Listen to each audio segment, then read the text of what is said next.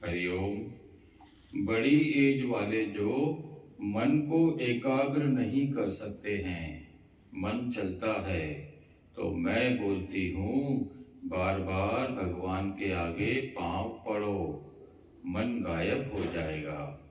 नमः नमः की 3 मीनिंग है। नमः माना मेरा कर्म नाश हो रहा है, एक एक फूल डाल के कर्म नाश कर रहा। अर्थ से करो तो मजा है, मेरे कर्मों का नाश हो रहा है। नमः 3, कर्म नाश हो रहे हैं। नमः माना मैं मन नहीं हूँ, नमः माना रजा में राजी हूँ। मैं तेरी रजा को नमस्कार करता हूँ। तू जो उचित समझेगा मेरे जीवन में होगा ही होगा। जो मेरे जीवन में हुआ वो जरूरी था, जरूरी होगा, उसको मैं इज्जत देता हूँ।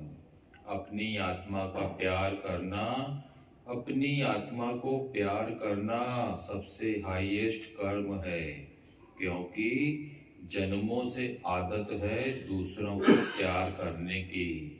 आरती करना, पूजा करना, कथाएं सुनना सब ठीक है, हम करते आए हैं, भगवान को प्यार करते आए हैं। वो भी इजी है, कपड़े पहनाना या भगवान का मेडिटेशन करना वो भी इजी है, पर अपनी आत्मा इतनी महान है उसको नहीं जानते हैं। हे प्रभु, मुझे मालूम ही नहीं था, आपको कहाँ ढूंढ रहा था। मुझे आज पता चला कि मेरी आत्मा में तुम बैठे हो। गुरु के मुख से पता चला कि मेरे हृदय में बैठे हो, मैं कहाँ ढूंढ रहा हूँ। हम लोग 100,000 नाम लिख के भगवान के पास लेके गए। दादा लक्ष्मी भगवान को नमस्कार, मेरे त्रिलोकीनाथ को नमस्कार, दाएं बाएं ऊपर नीचे नमस्कार। एक दिन भगवान को भी अंदर दर्द हो गया कि ये लोग खाली मेरे को नमस्कार कर रहे हैं। बोला अभी सत्संग नहीं करूंगी, पहले लिख के लाओ मेरी मुझको नमस्कार। पहले लिख के लाओ मेरी मुझको नमस्कार। लखनऊ में हम लोग थे, सबको बोला लिख के लाओ मेरी मुझको नमस्कार, मेरे आत्म स्वरूप को नमस्कार, अपने आनंद स्वरूप को, अलौकिक स्वरूप को, प्रेम स्वरूप को नमस्कार। सेम शब्द थे, पर मेरी मुझको नमस्कार राजा जनक अष्टावक्र को बोलता है, मेरी मुझको नमस्कार। अष्टावक्र बहुत खुश हुआ कि अपनी आत्मा को ये प्यार कर रहा है। निराकार ये नहीं बोलता है कि ये मुझे प्यार करे, बोलता है अपने को करो। भगवान को प्यार तो लोग कामना से भी करते हैं, पर सच्चा भक्त है तो भगवान बोलता है ये क्यों मेरे पीछे भागता है। अपनी आत्मा को पकड़ के मुक्त हो जाएं, मुझसे मिलके हमेशा के लिए एक हो जाएं।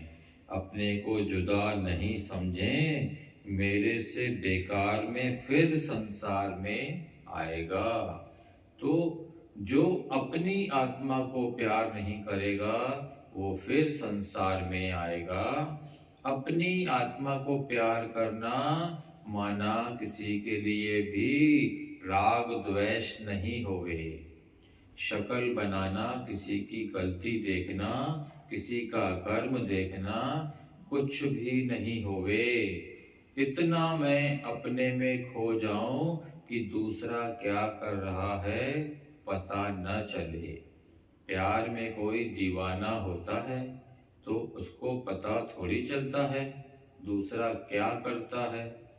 कोई भगवान में खो जाता है तो पता नहीं इस देह का तो औरों से क्या मतलब।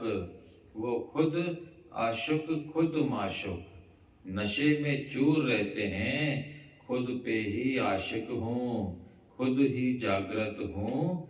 जो अपने को सुजागी में रखता है, अपने से प्यार करना माना, अपनी आत्मा में जागृत रहना, अपने अंदर वाले परमात्मा को जगाना।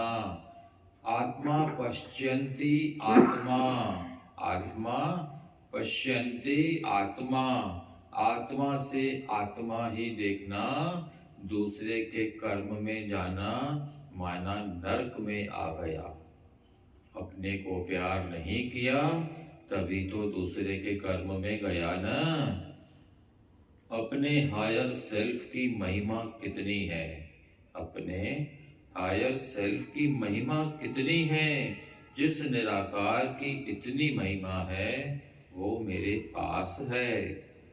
जो सुखों का भंडार है वो मेरे पास है।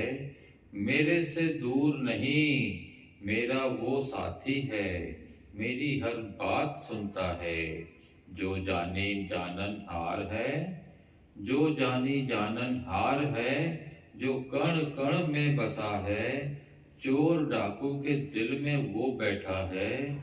सब एक ही माला के मोती हैं, एक मोती भी गिर जाए तो माला अच्छी नहीं लगेगी। ऐसे सब मोती को मिलाकर चलना पड़ता है। सारा विश्व एक बॉडी है, गुरु ने बताया।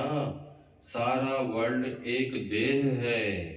बाल इतने सारे हैं, थोड़े कम हो जाते हैं तो अच्छे नहीं लगते हैं। बाल के बिना मनुष्य अजीब लगता है ना। हर चीज को जैसे जरूरत है ऐसे हर मनुष्य की जरूरत है। हर मनुष्य मेरा अपना आप है। मेरे कहने का मतलब है कोई भी चीज अपने से जुदा नहीं है। हर हालत अच्छी है या बुरी है, पर गहराई से वो अच्छे के लिए है। ये तो कभी भूलो ही नहीं कि कोई तो भलाई होगी। भलाई भलाई करते जाओगे तो आखिरकार रिजल्ट भी भलाई ही निकलेगी। अंतिम में आपको पता चलेगा कि मेरी भलाई ही हुई। ऐसा हुआ तो जो भी भलाई हुई है, कौन सी ऐसी हालत आई जो मेरी भलाई नहीं करके गई। सब मेरे को आकाश में उड़ा के जीव भाव को खत्म करके गई। हालात से जीव मरा और अंदर से एक लाइट निकल के आ गई। ज्योत जो इतना दिन तक दिखाई नहीं दे रही थी, वो हालात के टाइम जीव को गला के प्रकट हो गई।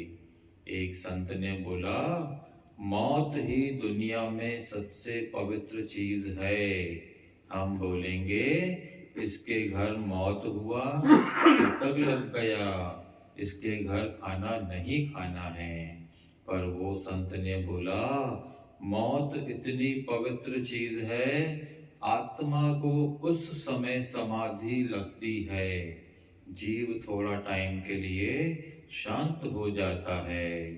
देखने वाले को पीड़ा लगती है, उसको आनंद लगता है, खाली वो स्वीकार खुशी से करे।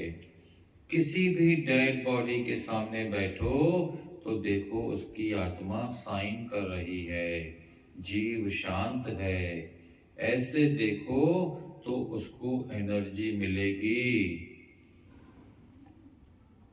किसी भी डेड बॉडी के सामने बैठो तो देखो उसकी आत्मा शाइन कर रही है, जीव शांत है। ऐसे देखो तो उसको एनर्जी मिलेगी। वो जहां भी जाएगा उसको आनंद होगा। जैसे किसी मेडिटेशन वाले मनुष्य के सामने बैठता है तो अच्छा लगता है ना। हे अर्जुन, जो किसी को मरा हुआ देखता है तो वो आत्मा को नहीं जान पाएगा। किसी भी बात का शौक नहीं करना है। क्या क्या भी हो जाए, हमें शौक नहीं करना है। शौक करते हैं तो चारों ओर नेगेटिविटी फैलती है। पीड़ा में आना नेगेटिव है ना। पति दुख दुख की बात करता है तो पत्नी भी साथ नहीं बैठती है, या पत्नी बहू की सास की पीड़ा पीड़ा करती है वाली बात पति से करती है तो वो भी तंग हो जाता है। कोई भी बात को रिजॉल्व करके अच्छी बात नहीं करता है। प्यार वाला, करुणा वाला वाइब्रेशन दे तो इंसान को घर से भागने की लगे भी नहीं।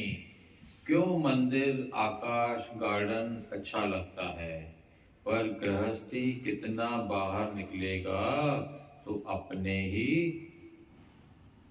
ही वालों से, मंत्रों से भगवान को साथ रखकर चलता है तो शांति है। जरूरी थोड़ा ही है गृहस्थियों को रोज घूमने मिलेगा। गृहस्थी पूरा दम लगाकर भगवान को हर श्वास में याद करते हैं तो वो जी सकते हैं, हंस हंस के चल सकते हैं। 1 घंटा इधर सत्संग का उनको मिलता है, उसमें ही वो अपना भाग्य समझते हैं। हर कोई अपनी डिफिकल्टीज में अपना रास्ता खोज लेता है और फिट होना जरूरी भी है। ओम हरि ओम।